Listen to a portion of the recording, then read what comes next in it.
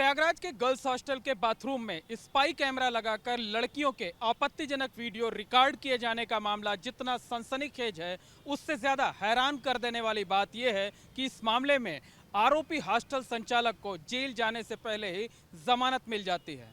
जाहिर सी बात है कि आरोपों के कटघरे में पहले अकेले हॉस्टल संचालक था, लेकिन उसे जमानत मिलने के बाद प्रयागराज पुलिस और उसकी कार्यप्रणाली भी सवालों के कटघरे में आ गई है। जी देखिए, ये जो घटना आई है जिसमें हॉस्टल संचालक द्वारा लड़कियों के बाथरूम में हिडन कैमरा बकायदा एक साजिश के तहत फिट करके रखा गया था, जिसको एक लड़की के द्वारा ही पकड़ा गया और उसके बाद कंप्लेंट की गई।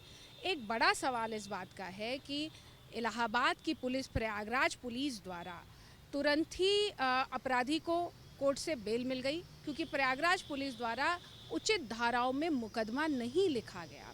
मैं आपके माध्यम से कहना चाहती हूँ कि एक बहुत ही निंदनीय तो अपराध है ही, ये व्यवस्था और समाज के लिए, लड़कियों के लिए बेहद भयावह है। एक तरफ जहां उत्तर प्रदेश सरकार लगातार मिशन शक्ति की बात कर रही है, लगातार माननीय योगी आदित्यनाथ जी महिलाओं की सुरक्षा को लेकर सचेत दिखाई पड़ रहे हैं, ऐसे में प्रयागराज पुलिस मिशन शक्ति की हवा निकालने का काम कर रही है।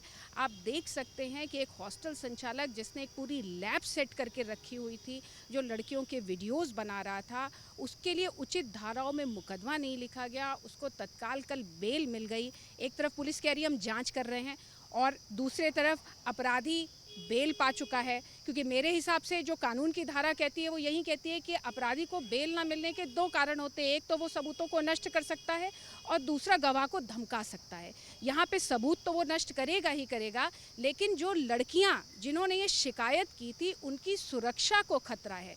ऐसे इतने संवेदनशील मामले में आरोपी को बेल मिल गई। एक बड़ा सवाल है और प्रयागराज एसएसपी को इस बात का जवाब देना चाहिए कि इस एफआईआर में 7 CLA criminal law amendment act का इस्तेमाल करके पुलिस ने इस दुर्दांत अपराधी, मैं इसको दुर्दांत वारदात मानती हूँ, और इस दुर्दांत अपराधी की बेल को अपोज करने का काम प्रयागराज पुलिस ने क्यों नहीं किया। या तो इसका यही मतलब है कि प्रयागराज पुलिस लड़कियों के प्रति, उनकी सुरक्षा के प्रति संवेदनशील नहीं है। और साथ ही मैं ये भी कहना चाहती हूँ कि इलाहाबाद में हज़ारों लाखों लड़कियाँ आके यहाँ पढ़ाई करती हैं, तैयारी करती हैं। एक तरफ IAS की परीक्षा में लड़कियाँ पहला स्थान प्राप्त कर रही हैं, दूसरी तरफ उनके पढ़ने के हॉस्टलों में कैमरा फिट किया जा रहा है, जिसको लेकर हमारी व्यवस्था संवेदनशील नहीं है। जिला प्रशासन के द्वारा हॉस्टल्स को रजिस्टर्ड करने की कोई पूरी प्रक्रिया नहीं अपनाई जाती है। कई ठो एडवाइजरी जारी हैं। मैं आपको बताना चाहती हूँ कि निर्भया कांड के बाद बहुत सारी एडवाइजरी बनी थी ताकि इस तरीके के अपराधों को रोका जा सके, लेकिन एडवाइजरी को लागू करने का काम जिला प्रशासन को होता है। जिला प्रशासन को इलाहाबाद के जवाब देना चाहिए कि कितने हॉस्टल्स गर्ल्स के रजिस्टर्ड हैं। मैंने आज राष्ट्रपति को कंप्लेंट की है, मैंने प्रधानमंत्री को कंप्लेंट की है, मैंने माननीय राज्यपाल को चिट्ठी लिखा है और उनसे मिलने का समय भी मैं मांग रही हूँ ताकि इस पूरी समस्या को लेकर जा सकूँ।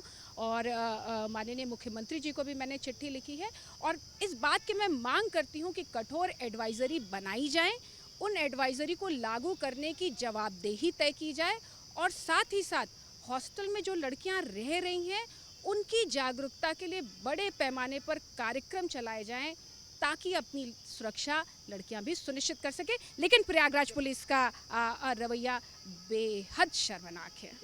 इस मामले में सियासी बयानबाजी व दूसरी बातों को नजरअंदाज कर दिया जाए तो भी कानून के जानकारों का साफ दावा है कि इतने गंभीर मामले में आरोपी को सीधे तौर पर जमानत मिल जाना प्रयागराज पुलिस की कार्यप्रणाली पर सवालिया निशान है। अगर पुलिस की नीयत में खोट नहीं है तो वो अब भी मुकदमे में धाराएं बढ़ाकर या फिर कोर्ट में जमानत निरस्त करने की अर्जी दाखिल कर आरोपी को जेल भिजवा सकती है। अब इस मामले में देखना ये होगा कि बैकफुट पर आई प्रयागराज पुलिस इस मामले में आखिरकार करती क्या है।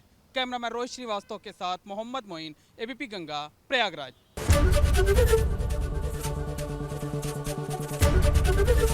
ABP गंगा, खबर आपकी, जुबान आपकी।